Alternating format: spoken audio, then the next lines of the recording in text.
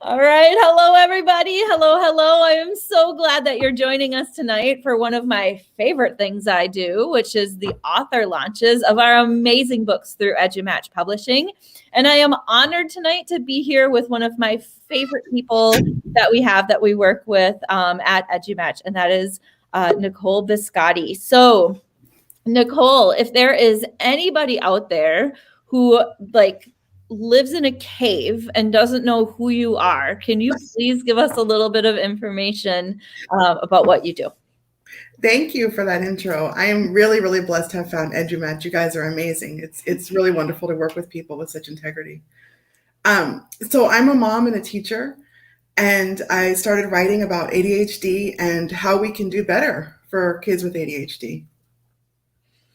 Yeah, and you know, as soon as the second that you mentioned this book to me, I thought, oh my gosh, this is so needed. This is so needed, because really, from the perspective of, like you just said, you're a mom and a teacher, and you know, I hadn't seen anything out there from both of those standpoints, kind of marrying those together. So I'm so excited to get this book launched. And who do you have next to you? I have the inspiration behind everything, Jason, my son. Hello. Hey, buddy. Why don't you tell us a little bit about yourself? I have ADHD. I'm 10. What is your favorite thing to do? Probably research random stuff. Really? Well, that's interesting. Like, what's your favorite thing to research? A lot of wars are fascinating, yeah, I'll say that. Very cool. Well, that is awesome. Well, so one of the very special pieces that we're going to have of this EduMatch launch is Jason is actually going to visit us a little bit later in the launch and give us a Q&A. And so if you have questions that you would like to ask of Jason, as far as his ADHD and things that help him, strategies that help him, what it feels like, any of those types of things, please hold on to them and write them down and get ready, because we're going to ask you to put them in the comments or somehow get us those questions so that we can ask Jason and he can do his Q&A and become as famous as ultimately, you know, we all know he's going to be. So we're just trying to be the launch for Jason's superstardom at this point. So we're so excited to have him on. So to get started, we're going to, I always just ask the authors a few questions about the book, because I love to hear the authors talk about their projects, and they're always so passionate. And so we're going to start out with, tell me about I Can Learn When I'm Moving, going to school with ADHD, and why you decided to write it. Well, really, the book started as Jason journaling. So when Jason would become frustrated, we would journal and try to, it was a way to calm him down. And as we started, we would journal on my phone. So I had a bunch of small narratives from him when he was frustrated about different incidents that had happened at school, or maybe just near where we lived in the neighborhood playing with other children, or with his siblings. And I realized as I would look back on these that we were starting to develop a narrative. And it was a narrative that really hasn't been out there, which is the voice of a child with ADHD. And I just want to say ADHD is very complex and it presents very differently in different children. But I also will say that as a teacher, you know, I was living this with my son. And then I teach high school, and I would go to school and I would see a lot of what I'm going to call tall Jasons, because there's a lot of things about ADHDers that are pretty, that stand out. So I started to realize that Jason's voice was important. It was important to elevate Jason's voice, not just for Jason and to validate what he was going through, but because this voice has validity and has value in terms of helping educators to understand better. And I also, another thing that struck me as we were going along in this journey of ours of learning is how little I knew about ADHD. And pretty highly educated educator. I have advanced degrees, and yet I really didn't know very much about ADHD. What was the most surprising thing that you discovered, do you think? I think that for me at the moment, what was the most surprising, which sounds a little funny looking back on it now, but in all honesty, was one time in the children's hospital when a psychiatrist showed me the two different brain scans, the brain scan of somebody with ADHD and somebody that's what we call neurotypical. Because I guess I'm a visual learner. So when I saw that, it really erased any remnants of that old lens that I had of him just misbehaving or just being difficult. And it took a lot of pressure off me as a parent, because up until now, I felt like most parents do when our kids are acting up, like there was something I was doing wrong. Sure. Yeah, sure. And you know that I'm a huge believer in going back to the brain and our emotions and our bodies and why certain things happen. And so I can see how that would be sort of a wake-up call. Like, you have actual physical evidence that things are not neurotypical, and you know, and then you're seeing the result of that, right? And so yeah, I can see how that would be, you know, especially if you're super visual, how that would be surprising. So that's really interesting. So going on a little bit, who is the book really written for? Like, is this just geared towards you know, special educators and that's it, or who did you write this for? That's an interesting question, because when I was writing the book, I kept thinking that I had to either be a mom in the book or a teacher, or I had to be speaking to moms or teachers. And then I realized at some point that I really can't separate that, because I'm both. And I also, as I was sharing on social media, different blogs and different ideas and perspectives that I was gaining, I started to notice that even though I initially thought this would be more towards teachers, I learned that this really resonates with parents, because parents are the most invested in their children's education. And then also just remembering how when I go to IEP meetings, myself or Jason, well, he doesn't have an IEP, but those type of meetings, even as an educator, I feel at a loss. So my hope is that the strategies in the book, even though they're classroom strategies, I hope that it empowers parents to have things to bring to the table and to be able to speak enough teacher speak to advocate a little better for their children and to feel more empowered. Yeah, because I think it's widely misunderstood. I mean, even, you know, from the standpoint, whether you're talking about ADD or ADHD, it's, you know, unless you are a special education teacher, and even then I mean, you're broadly special education. You're not specialized in that, you know, and as a teacher, we're definitely not given enough information on how to help students with, you know, specialized needs like that, where it does result in what appears to be behavioral issues. And we're not, you know, so we kind of make that jump, right? Because we have 30 kids in the class and we have to be able to serve all of them. And it's easier to make that jump than to really understand what's going on. And then also from a parent standpoint, I can't imagine trying to convince somebody else that your child's just not naughty. You know, that it is something that, you know, that they need to understand on a deeper level to really be that team that we need to service the student. And I would think that that's very emotional and, you know, can be kind of heartbreaking. It's very emotional. It's very frustrating. And I will be honest that the more that I learned about this, the more frustrated I became with that, because in all reality, and this is, you know, there's some things I say in this book that were difficult to say, and were vulnerable to say, but they had to be said. And one of them is that, in speaking in broad terms, I don't believe that most general education teachers have the training to teach my son effectively. Sure. And I think that that's a really significant point, because we've been in the inclusion model since the 70s, technically. Not really, but technically. Mm-hmm. However, I'm a Spanish teacher in high school. I've never taken a course about how to best serve a dyslexic child or a child with autism, but I teach them, or ADHD. And that's something that I'm looking at from an advocacy standpoint, separately from the book, because I personally believe that we should all have endorsements in how to effectively teach these children. Mm-hmm.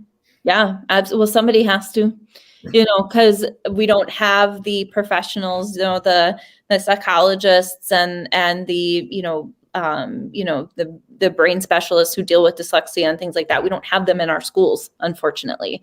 So somebody has to be the expert on those things so that all of us can know. There are some just phenomenal comments. I've been trying to kind of pull them up as we go. Katie says, I feel like this book was written for this ADHD teacher mommy with ADHD son.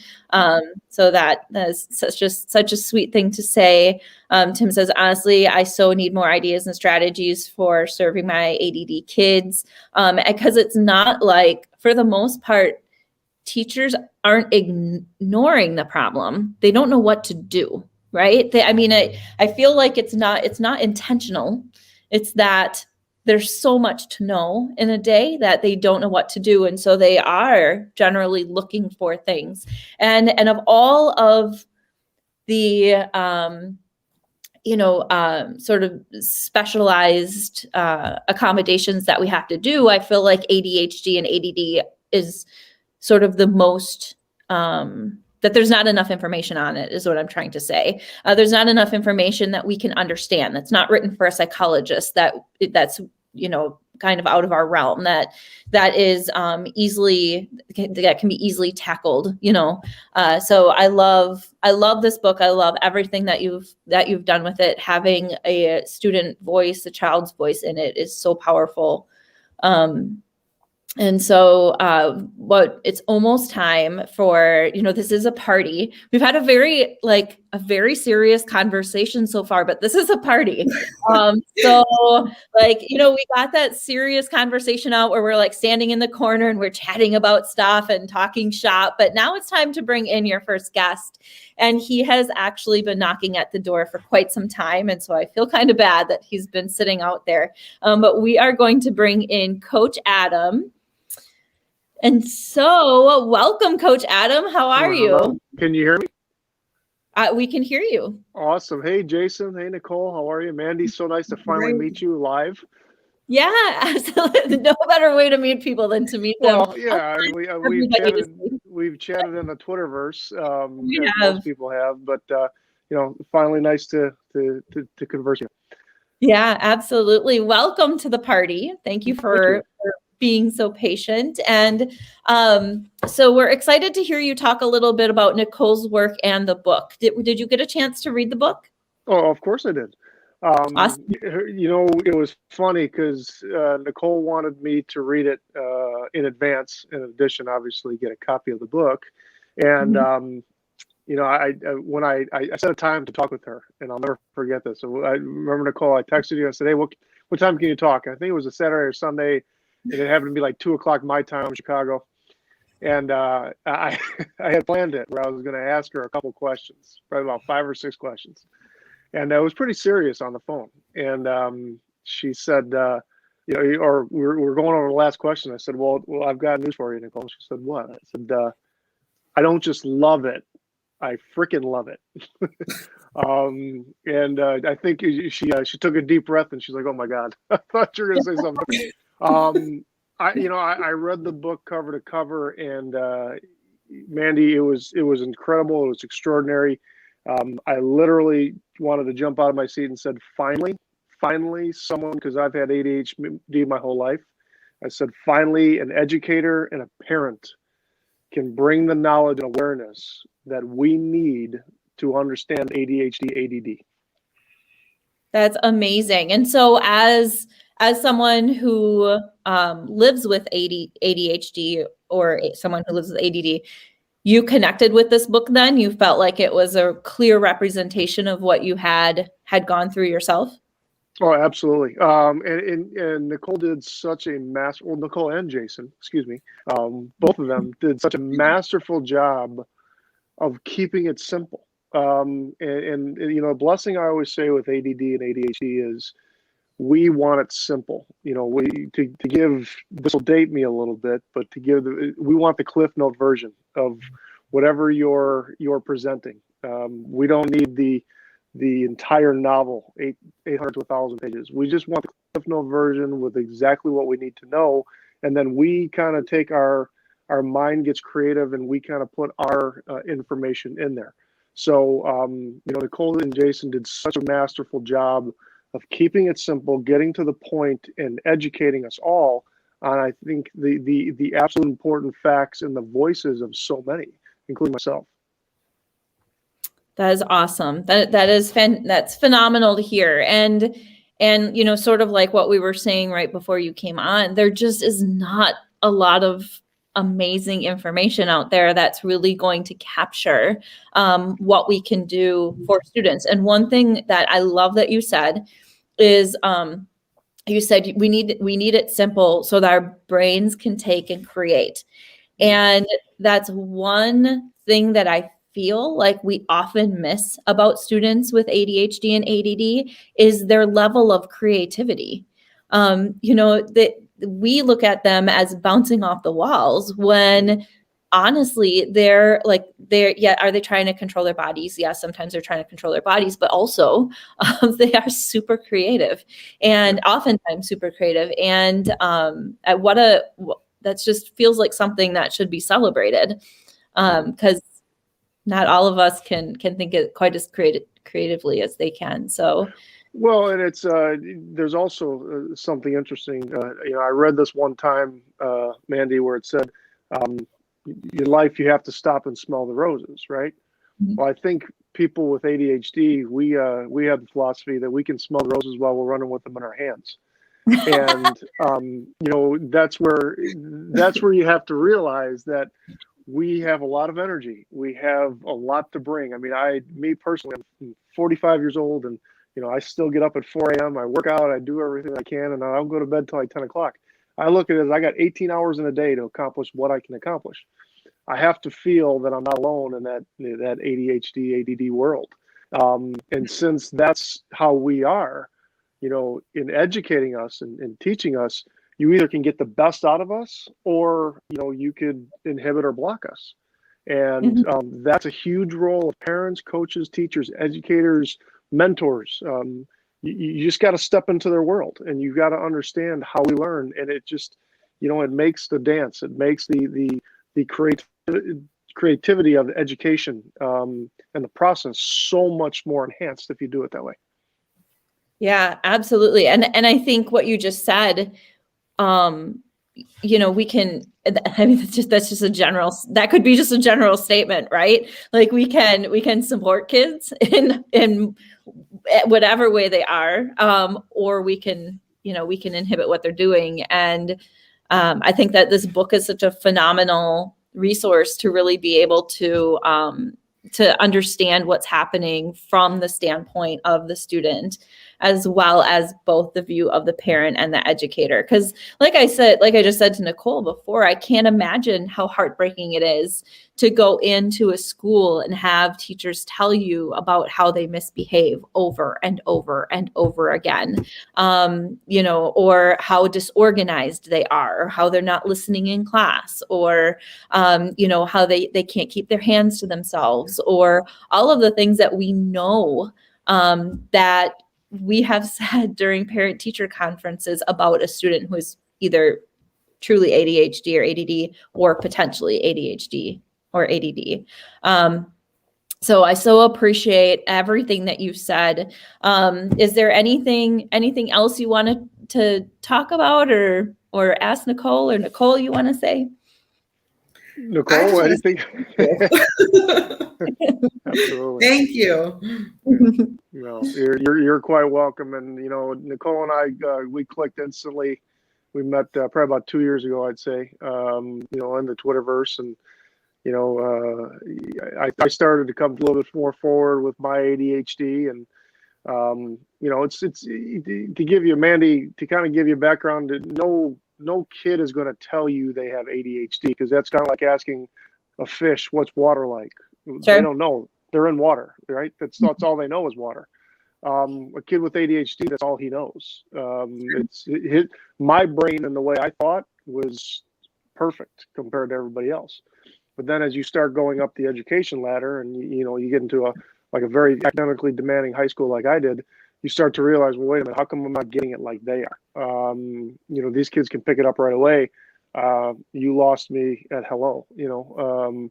What's going on? So you have to realize that we've been searching for answers ourselves, or I guess there's been a level of frustration because we've tried to explain it to people, and it's ADHD, dyslexia, autism. Unless you have it, you won't understand it, and there's no other way to put that. But you can really step into people's worlds, and you can understand more about them, and more specifically how they learn and comprehend anything in education.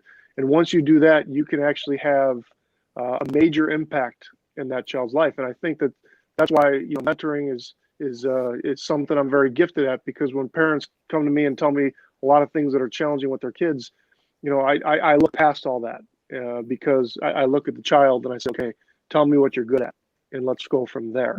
And I think Nicole does such a wonderful job in this book of letting us know that we have that opportunity as parents, as teachers, as educators, as coaches in sports and athletics, that if we can literally step into their world and understand more of how they learn and in which way they learn, that we can impact them, and we can have a major impact of it when it counts, which is in their youth. So I'm so excited. I'm so happy for Nicole. Anything I can do to promote the book, I obviously will. Being on here is one thing, sharing on social media and promoting it every way. But she really nailed it with what we need to know, especially from the parents, educators, coaches viewpoint of a child with ADD, ADHD, because ADD and ADHD can overlap into other things, mostly dyslexia. So, it's there's a lot there. And I call it the silent companion. I know, Nicole, you have a word for it. The invisible condition. The invisible condition. And it is, again, it's going back to that fish in water. Fish doesn't know it's in water because it lives in water. Kid with ADHD doesn't know it has ADHD because that's all they've known their whole life. Yeah, that's awesome. Thank you so much, Coach Adam. I love all of the analogies. There's been comments about, Barbara Gray says she loves the running with the roses metaphor. Yeah, that one will definitely stick with me for a while as well. I love that. So, yeah, absolutely adore and love your input, and it really helps coming from somebody who's experienced this as well, who can read it and kind of give that feedback on it. So thank you so much for joining us. We really appreciate your feedback, and it was so good to meet you. And yeah, nice to meet you finally, Maddie. Jason, great to see you. Great job on the book, buddy. Thank you. All right, bye, Coach Adam. Thank you, Coach Adam.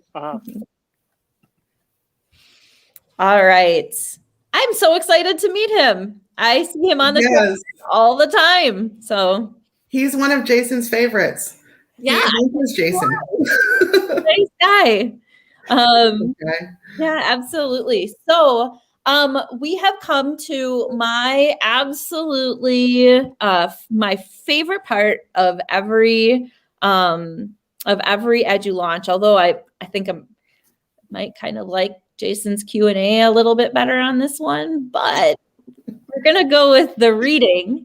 And so this is going to be Nicole, and she has two passages from the book. Is that correct? Yes. Okay. So she's going to do an author read of two of the passages of the book. So the first one that I wanted to read to you guys it's actually a piece of the book where Jason speaks and then I speak. And it speaks to this issue that we were talking about earlier of teachers needing support as well and not always understanding. So Jason, do you want to read your part or do you want me to read it? I'm going to read it, he said. Okay. So this is Jason speaking. For some reason, I started feeling mad and bored one day because we were learning about something stupid that I really didn't care about. I felt so much energy in me and I just wanted to get it out. I started running around the room, and then I got the microphone thing to talk on the speaker in the classroom, and I just started yelling at the top of my lungs. That wasn't my go-to to get it out that way, but I was already mad, so that's what I did. I saw that the class was plugging their ears, and I knew that since they were plugging their ears, they weren't going to really like me or be my friend. But I just felt like I didn't care right then, and I kept going. Then the teacher turned it off from her laptop. So I grabbed a kid's water bottle and started running fast around the room, and then I finally got caught and I had to sit in another classroom. So the next part that I'm going to read is after when the teacher and I were discussing it. So during one conversation, Jason's teacher, was expressing her frustration and how she had sincerely tried so many things and nothing was working. I switched into a listener mode in the conversation and tried to lend her support. I am a teacher, and I can only begin to imagine how hard it would be to have Jason in my class. I have a lot of empathy and appreciation for his teachers because I know what it's like to be in their shoes. She began telling me about how she was so worried about Jason that she prayed for him. We were sitting in a public school, so that comment seemed a little out of place, but I felt her sincerity and I took it in stride. What did alarm me was when she went on to tell me that she was concerned that he might be possessed by the devil. I am not kidding. So that's the first excerpt that I wanted to read. And then the next excerpt that I wanted to read is in my voice only. And this is one of the major changes in lens that I had about ADHD. And it came at an unexpected time. I recall an incident that changed my perspective. For years, I thought that Jason had the full responsibility of understanding that his behavior was often not socially acceptable, in quotes, and that he must adapt or be isolated. This seemed to be the harsh reality until one day when I realized that there is a more compassionate and accepting option. The inclusion model is powerful, not only for the child with a disability, but for all students. It is an opportunity for us to become more accepting of all members of society and to gain experience in honoring differences and learning to collaborate and share with others, which ultimately provides us with important social skills as well as an enhanced perspective. As I was wrapping up my own school day, I saw a missed call from Jason's school, which I returned. I was told that Jason and another boy had hit each other, and that because of that, Jason would receive a consequence at school. That part was not surprising to me in all honesty. The administrator went on to describe the words that they used when speaking to Jason and explained that, quote, other kids don't want to play with him because he hits a lot and makes a lot of noise, and that he has to understand that kids don't like his behavior and don't want to be around him, end quote. I felt that I couldn't argue with her logic as I held back tears and quickly got off the phone. Another teacher near me overheard the conversation. She said that she was shocked that this was the best that the school could do for Jason. She expressed outrage that they were resigning themselves to Jason being unsuccessful socially, since he obviously could not regulate at this point due to a disability. I actually defended the school's position and said, what can they do about it? It's true. Other kids don't want to deal with his temper, nor should they have to. She replied that her son has Down syndrome and that no one would ever call her and tell her that other kids didn't want to play with him, much less tell her son that directly. She went on to suggest that the school could handle Jason's behavior difficulties as an opportunity for understanding, just as they do with her son or with a child that has a physical disability. That day was a real turning point for me in my understanding of inclusion and the implications that it can have for all children. Implemented correctly, educators have the power to create a more accepting society.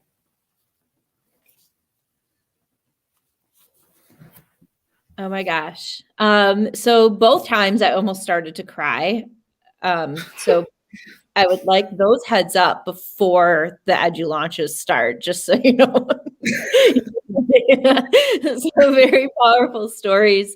I love this person that just says Facebook user says this really shows how wide the gap of understanding can be.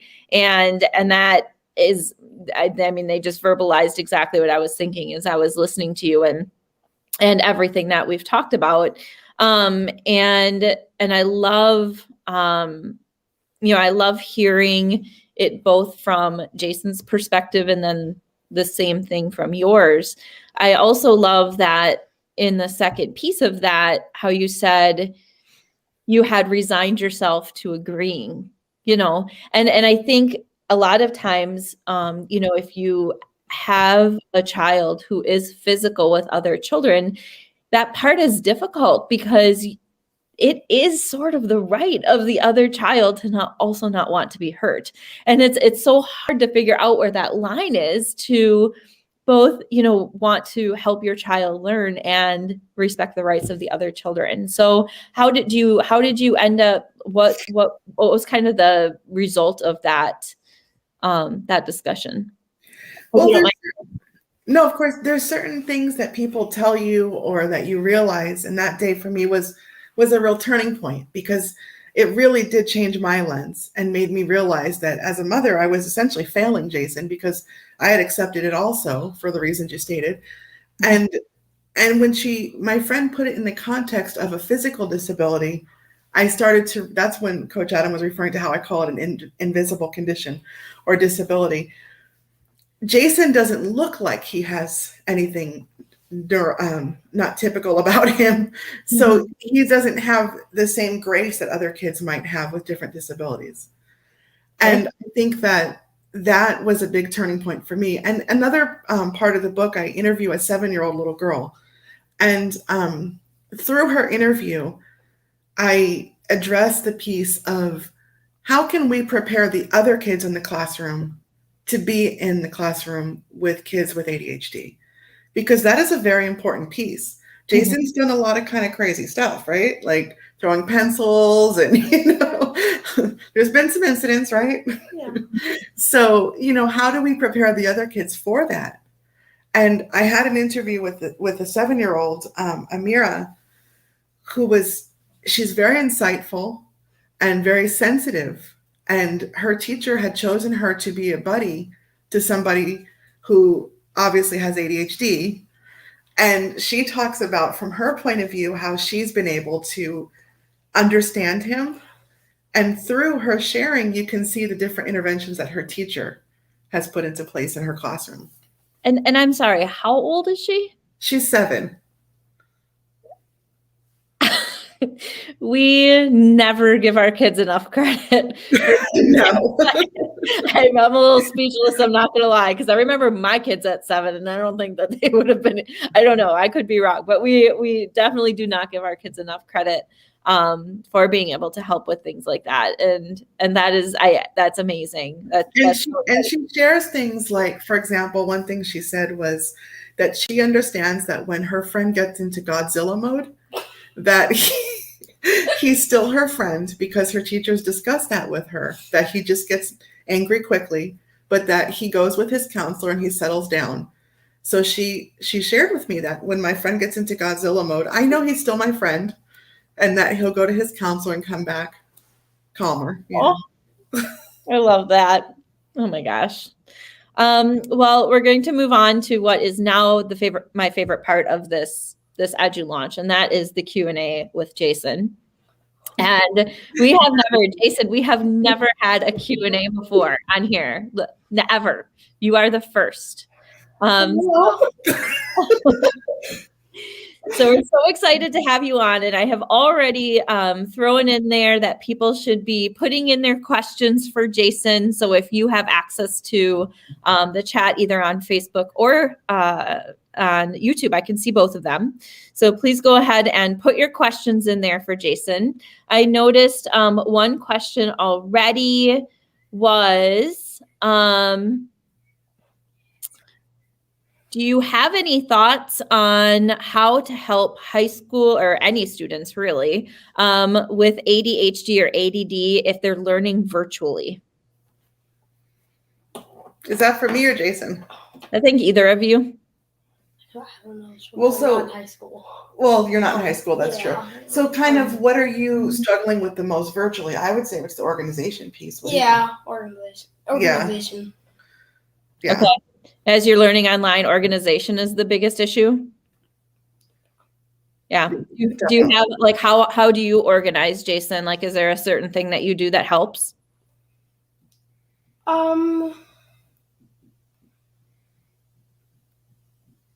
I don't really know a certain thing I do.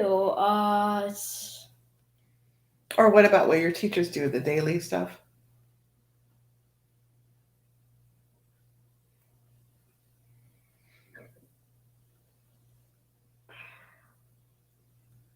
I'm like freezing here. Honey, we're both teachers. We have like extended wait time. Like we understand waiting.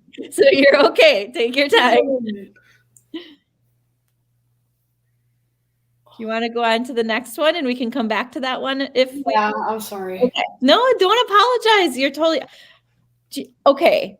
Let me tell you that if anybody asked me to get onto a live stream and share something like this about myself at your age, I would have said no, thank you, because I would have never had the courage to do what you're doing. Okay. So we've got this. There are lots of other questions for you. Okay. So like, Jason, when you struggle, how are adults most helpful and what do you want them to do?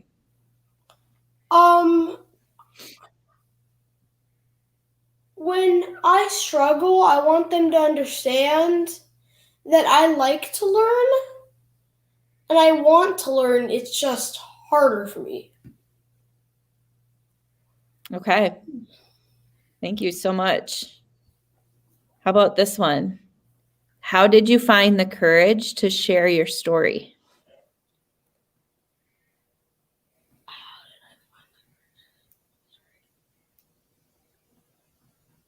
I really don't know. Did you have to dig deep or are you just naturally courageous? I kind of would say that I just did it. I didn't really think much about it. So you're naturally courageous. All right, let's see. We have so many questions. Let's see. How about this one? Jason, what advice do you have for kids your age who are having struggles in school? Advice. In terms of advice, I would say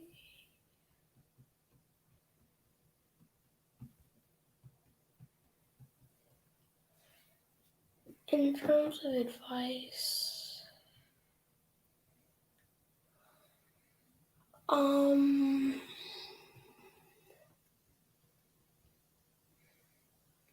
Is there something you would encourage them to do or to think about? What helps you? I try to put on a mindset like you got this.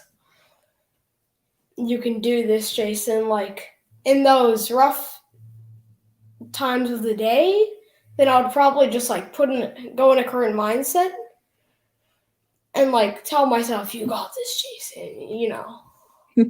Stuff like that. That's what I would do. Do you have like any special voice you use in your head, like a superhero voice or anything? When Yeah, something like that, you know. Awesome. That is awesome. Okay, let me see. Here we go. Jason, what is your favorite thing to do at school and why? Is this like you can pick anything? Anything you want. Probably playing like football and soccer at recess. All right. Do you have a certain position you love to play? In soccer, I like to be defense or midfield. Yeah. All right. Awesome. Okay. Jason, what are the most exciting types of lessons or activities for you in school? Like what do you like it when the teacher does a certain thing? What do you like? Is this like kind of like a favorite subject kind of question in a way? Because then I have an answer, yeah. Let's start with that, and then I'll ask you a little bit more.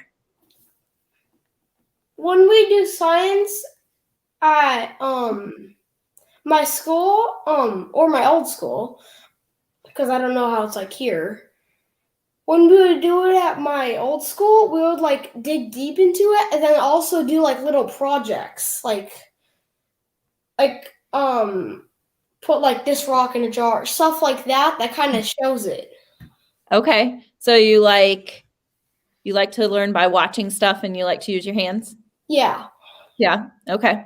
So when teachers do those kinds of things in lessons, no matter which subject it is, you like that? Yes. Okay. All right. That really, that kind of stuff helps us as teachers because we get to hear that and then say, oh, we can totally do that for our students and make it better. Cause that's like a big thing that teachers try to do is figure that kind of stuff out. So that's awesome. All right, let's see. This Facebook user said, I am so impressed with how thoughtful Jason is. So that's not a question, but I just had to show you that. Thank you. And then, do you have a virtual or online school, Jason? Yes. You do? Okay. So what do you wish teachers would do differently in a virtual classroom that would help you learn virtually better? Since you can't do like a project where you're kind of learning through a screen, it's always cool to like watch a video that shows the project. Okay. So I like watching videos, yeah. Yeah, all right. Is there anything else? A lot of times they don't do the videos, so they just kind of talk. Yeah. Yeah. Sometimes teachers like to hear themselves talk. I've noticed that too. I think I was one of those teachers. All right. So we have one last question quick, and then we have another guest. So Tara is saying, Jax, age 10, wants to know how you get through the day. In online school or real school? Because I'm going to say just in general in school. So regular school, like what are some things that you do to help yourself throughout the day? Sometimes I fidget around with stuff. I do that superhero voice, you know. You got this, Jason. You can do it. Of course. Yeah. I like to ask my teacher if I can take walks. Okay. Around campus, like a 5-minute walk, and then I come back and I'm all worked up. And then also getting a drink from the water fountain is fun sometimes, you know. Okay. Because you're getting up, and sometimes just the water is good, you know. Mm-hmm. Yeah, of course. So when you say fidgets, do you use those actual fidgets that you use? Do you have those? Sometimes. Okay. Or sometimes it's just doing like a little tiny tap on my desk or just fidgeting around with stuff. Okay. All right. Awesome. Those are fantastic strategies that teachers need to know. So that is so super helpful for us. And when, I was talking to your mom before and we were saying that it's not that teachers don't care. It's that they just don't know what to do because they have so many students in a classroom and they're trying to figure everybody out. And talking to a student who's as articulate as you and who can actually say, this is what helps me. Do this for me. That is so important. So important. You always need to be able to advocate for yourself. It doesn't matter how old you get. I find that even as old as I am, which is pretty old, I still have to advocate for myself. And so you will need that skill your entire life. So that is amazing. I am so proud of you. Thank you. You have done an amazing job with this book. You and your mom both. So we have another guest that has been patiently waiting for us that we're going to bring in here. And so we're going to invite her in. And this is Marilyn Miller. Hi, Marilyn. How are you? Can you hear me? Yes, we can hear you. Hi, how are you? I'm doing well. Thank you. How are you? I'm great, thanks. It's Friday. It's been a long week of advocacy work in a crazy environment. And so next week, the kids have break in New England and we're up skiing. And I brought wine to the party. Grape juice? So, yeah. Absolutely. Well, that is awesome. So have you gotten a chance to read the book? Yes, I have. And I just want to say that Nicole is very courageous. Mm-hmm. Especially given the environment we're in. I think, there's such a micro focus on teachers. Mm-hmm. And, to give this kind of real, raw perspective and saying the things that need to be said, but that are hard to say, I think takes a significant amount of moral character. So I give her a lot of credit because this type of perspective is long overdue. Absolutely. And we need those people, right? Like we need those advocates who are going to stand up for things that other people are just not ready to stand up for or just don't know enough to stand up for them. And it takes a lot of courage to put yourself out there like that and be ready for whatever comes. Yes. And if anyone can do it, it's Nicole, because she has a way about her that I just wish that I could mimic, but I can't yet. But I'm a work in progress. Yeah, she has a charisma about her that you just want to listen. Yes, she does. Absolutely. So, who do you think, like, if you had to recommend this book to somebody, who would you recommend it for? Well, first of all, I'm going to recommend it to every single teacher. And I think that's mainly because, we talk about an inclusion model. But you can't have a successful inclusion model if our teachers don't have the knowledge to achieve an inclusion model. I just really have my heart hurts for our teachers because we're asking them to do a very tall task, but we're not giving them the tools and the knowledge and the training and the skills that they need to achieve the inclusion model. Yeah. So, I really think that teachers will benefit from this the most, mainly because parents of children that are neurodiverse and that learn differently, we already come into kindergarten with the knowledge that we know there's something unique about our children, but we may not know what it is yet.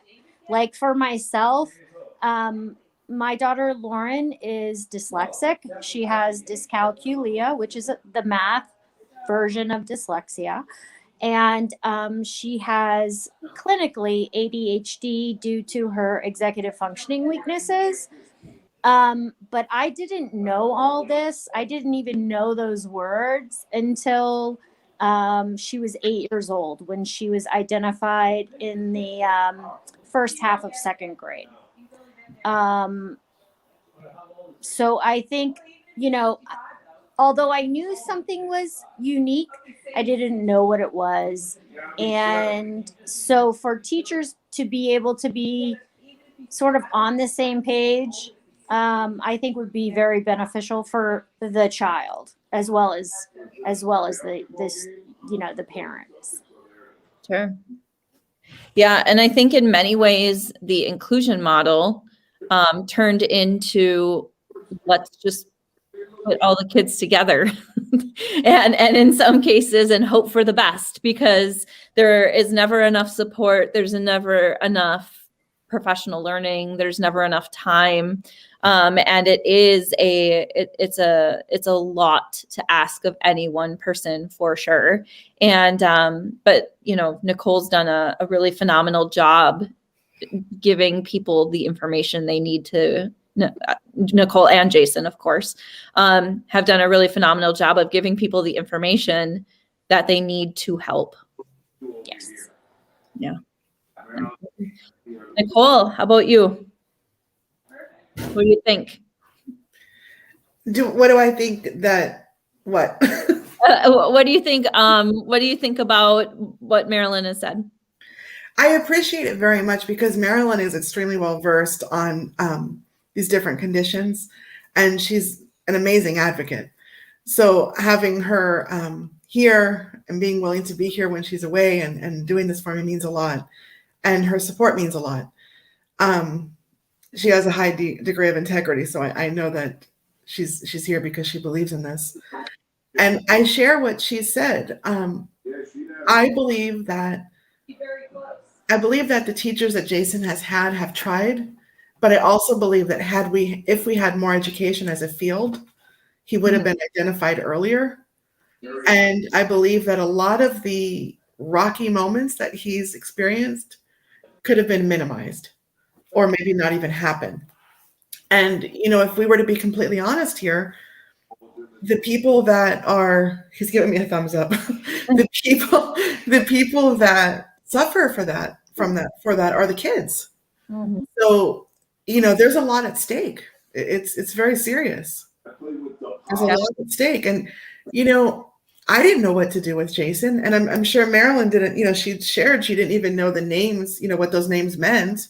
I didn't know the math one until like right now, Marilyn. So, and I'm a teacher, back to that. So, I mean, I'm pretty sure I've had kids in my class like that. But the thing is that, who's paying the price for that? Mm-hmm. That's what we need to really be looking at it. And it's not about laying blame, but it's about being honest. Yeah. I think, and not to interrupt, but I think that there needs to be a clarification. Like, being honest is very different than saying I'm blaming you or I'm attacking you.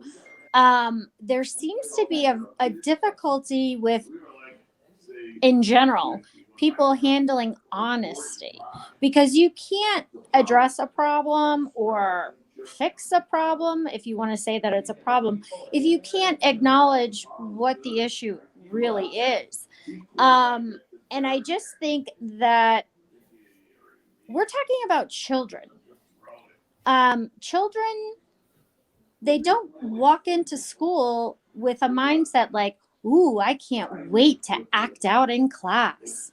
They walk into school with like, oh my God, bright eyes for the most part. So I'm talking about a child entering kindergarten. When they cross that threshold, it's a huge moment in their life, and they're typically wide-eyed and eager to learn. Mm-hmm. And so when they enter a classroom and they love to learn, so I heard some very key things from Jason. So he loves wars. So he loves history, I would say. He loves project-based learning, right? Mm-hmm. He needs motor breaks. He needs everything. I won't say everything, but many things that an antiquated system is not built to accommodate. And the reason I say that is because I have experience. My daughter was in a traditional public school from kindergarten through third grade. And now, since fourth grade and now in seventh grade, she has been in a private specialty school for children with language-based learning difficulties, which you could say that ADHD is one of them. Okay. And so the difference is like such night and day. My daughter literally hated traditional public school. Why? Because the way the teachers, and no fault, I am not here to blame teachers. What I'm saying is the way that our teachers are trained to teach does not engage all learners. And so if a child who's does not have the cognitive capacity or maturity to understand why they don't understand what's going on in the classroom, the behavior is a result of that. So I always try to challenge teachers to think there's a behavior during a specific lesson. Is it math? Oh, well, maybe they have dyscalculia. Is it reading? Oh, maybe they are dyslexic. Are they excusing themselves to the bathroom frequently? Most likely that's because they're not processing the lesson the way it's being taught. And that is a key indicator that they learn differently. They're not engaged. And so the behaviors are, in my opinion, and the research supports this, behaviors are the result of basically a disengaged learner. So why have they disengaged? And I would guess 9 out of 10 times it's because they're neurodiverse and they're not grasping the lesson because of the way it's delivered. And again, no fault of our teachers. One of my biggest goals is to reform ed prep, the pre-service teacher level. Once again, you cannot expect any teacher in the world to engage all learners when they don't even know all of the isms that a student may have in their classroom. Well, I think go ahead, Nicole. Sorry. No, I just wanted to address what you're saying, Marilyn. And also, Jason showed me how to see the chat, so I can actually see the chat now. Yeah, no, and actually when I first saw the chat, I started to get tears in my eyes because the fact that people are here and listening to our story, and it just means so much. But what I wanted to say is that there's 2 comments kind of about time and how education is not one size fits all. So we come back to this major question. Can we in the public schools do this? Can we pull this off? And my answer is honestly, we have to. We have to. There's no other way about this. We have to do this. And I think that one of the ways that we can do a lot better is that IEP and 504 accommodations are a definite important legal protection. I have full respect for them, but I'm also going to share with you that I always have over 150 students, and I care deeply, and I don't memorize all of their IEP accommodations. I can't. Mm-hmm. I want to, I care, but I can't. So what I go back to all the time is this concept of there are whole class accommodations that we can implement in our classroom, and they're best practices that proactively handle a lot of these disengagement issues. And they're accommodations that are not only beneficial for my son, but they actually are best practice for the classroom. Yes. And one of the biggest blessings that I think I'll take away from this experience of writing this book is that I have 10 experts in education that were willing to, the whole thing came from Jason's observations and our conversations and our journaling. And then when I would say, well, this recess thing, why do they keep taking his recess? And that can't be good. And then Dr. Brad Johnson comes in and says, you're right. And this is why. And then was willing to write a piece in the book about accommodations, or Laura Robb or Dr. Leichtman. All these educators in the book contribute from their fields, Scott Nunes with gamification, et cetera, where from their area of expertise or their content area, if you will, there are whole class accommodations, Alice Aspinall with math, that we can implement as best practice. So we can begin to look at our ADHDers or our neurodiverse children, not as the outliers, but maybe as a litmus test. So said more simply, if I can engage my ADHDers, I know I have a really lesson. Okay. All right. Like I'm doing really good if I have my ADHDers on board. Yeah. So, they actually do raise the bar for everybody. Yes. Yeah. There are accommodations. So, I don't ever want to overwhelm teachers with more things to do. Yeah. But I do think that these best practices and accommodations in the book that are for the whole class raise achievement for everybody while handling a lot of this. Yeah, absolutely. And we are, and I hate to end this conversation, but we are actually already over time. This is like the fastest hour of my week ever, or when I do the Edu launches. And I love what you both said. I agree in full, like nobody is saying teachers don't do enough.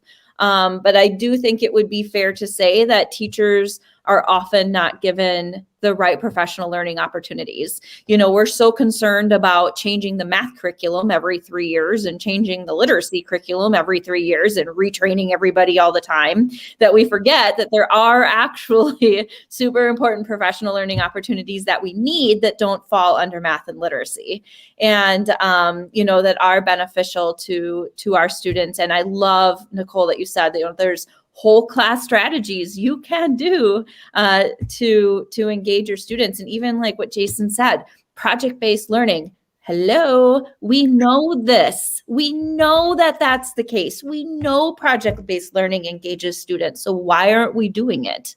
It doesn't only engage ADHDers, it engages, not if potentially all the students in the class. And so, it kind of goes back to that when we know better, we should be doing better. And especially because like Marilyn said in the beginning, we're working with kids. It's a huge commitment and such a beautiful payoff when it works for both them and us. And so we have to do, Marilyn, we're going to let you go because you are like skiing and doing really fun things that we're not doing. Thank you, Marilyn. Thank you so much for joining us. We super appreciate your input. It was lovely to listen to you. Jason, you're amazing. Thank you. Don't ever forget that. I won't. Thank you. Yeah. All right. Thanks, Marilyn. Have a good weekend. Thank you. Okay. So the last thing that we get to do is we get to pick winners of your books. Are you giving away 2 or 3 books tonight? 2 books? I Correct? think it was 3, wasn't it? Is it 3? Okay, we can do 3. So Okay. usually how I do this is I just kind of scroll through. You can tell me to stop or Jason can tell me to stop. And I What'd choose you do? the first person on that. So Jason, tell me when to stop. Stop. Okay, that's our publisher. So we're going to pick the person who is Scott Nunes wins one of the books. So Scott, if you can reach out to Nicole, Nicole can get that for you.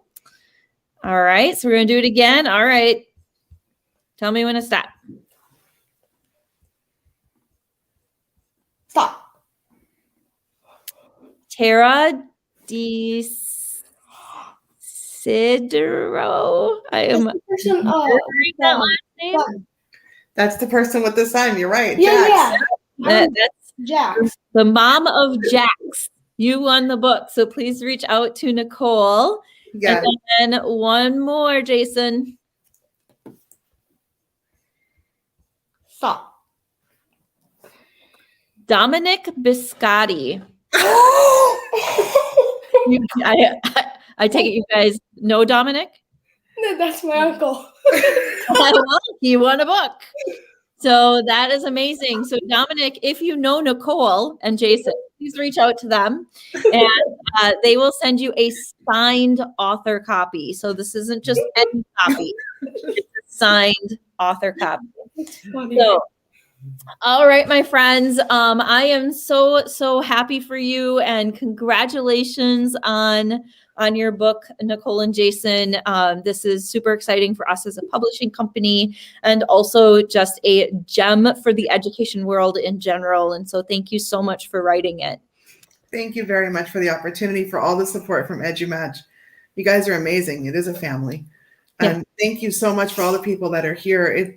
I just can't say enough how much it means to me as a mom and as a teacher that so many people care to hear a voice like this and to read this kind of work and try to do better for ADHDers. Yeah, well, absolutely. And we are honored at EduMatch and love you both. So thank you so much. For those of you who are watching us, you can order the book off Amazon, although Amazon is having a glitch right now. Good Amazon. So it should be available by tomorrow. It's showing unavailable. It's totally available. But if you can't get it on Amazon and you want it now, you can also get it on Barnes and Noble. You can get it on Kindle. There are other ways that you can get it too. And then also, if you would like to order any kind of bulk orders, we offer a discount at only 10 books. And so if you want to order 10 or more books for a professional learning opportunity, then you can do that by emailing Sarah Thomas at edumatchbooks@edumatchers.org. You can also find Nicole at www.nicolebiscotti.com. So again, from the EduMatch Publishing family, we thank you for being here and have a fantastic weekend.